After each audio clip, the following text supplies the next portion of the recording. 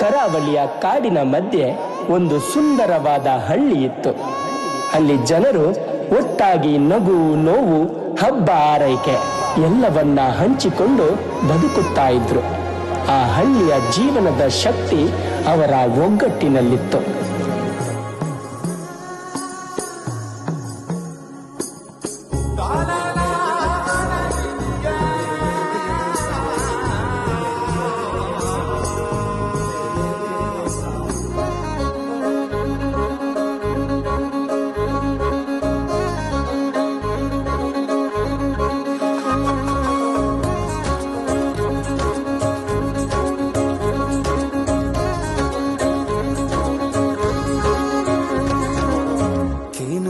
ತುಂಡು ಕೆಬಿಕ್ ಮುಗಿಯಂದಿನ ಕತೆ ತಾಸರಕ್ ಕೇಪುಲ ಪಲ್ಕೆ ದೂರು ಬಿರಿಸಾಯ ಕೊರ್ಪಿ ಜನಲ ಕಿರಿಕಿರಿಕ್ ತೊರ್ಪಿ ಜನಲ ತರು ತರು ತಾಮಂಡೆ ಮೂನುಂಡು ದೈವಲೆ ಸೇವೆ ಚಾಕಿರಿನ ಮದಪಯೇ ಪುಣ್ಯದ ಮಣ್ಣೆಡೆ ಪುಟ್ಟು ಬಳತೆರೆ ಕತ್ತಲೆ ಕಳೆವು ದೊಲ್ಪುನು ನಂಬಿಯೇ ಪತ್ತೆರು ಒಟ್ಟು ಬಾಳುವೆರು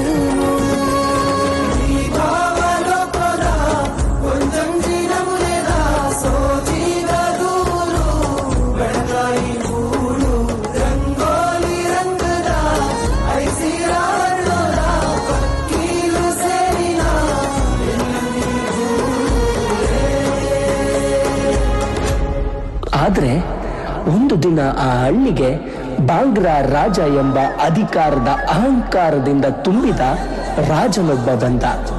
ಅವನ ಉದ್ದೇಶ ಆ ಹಳ್ಳಿಯ ಶಾಂತಿಯನ್ನ ಮುರಿಯೋದು, ಅವರ ಕುಟುಂಬದ ಬಾಂಧವ್ಯವನ್ನ ಚೂರು ಚೂರು ಮಾಡುವುದು. ಆದರೆ ಆ ಹಳ್ಳಿಯ ಜನರು ಹೆದರಲಿಲ್ಲ. ಅವರು ಒಟ್ಟಾಗಿ ನಿಂತರು, ಕೈ ಕೈ ಕೂಡಿಸಿದರು, ಆ ರಾಜನ ಎದುರು ನಿಂತರು.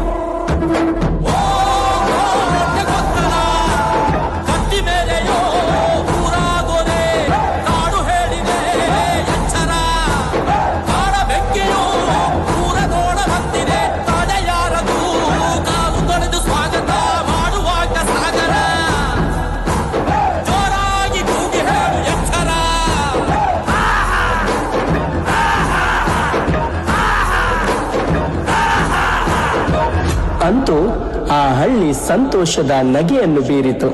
ಅವರ ಒಗ್ಗಟ್ಟಿನ ಶಬ್ದ ಕಾಡು ಕಾಡುಗಳಲ್ಲಿ ಪ್ರತಿಧ್ವನಿಸಿತು.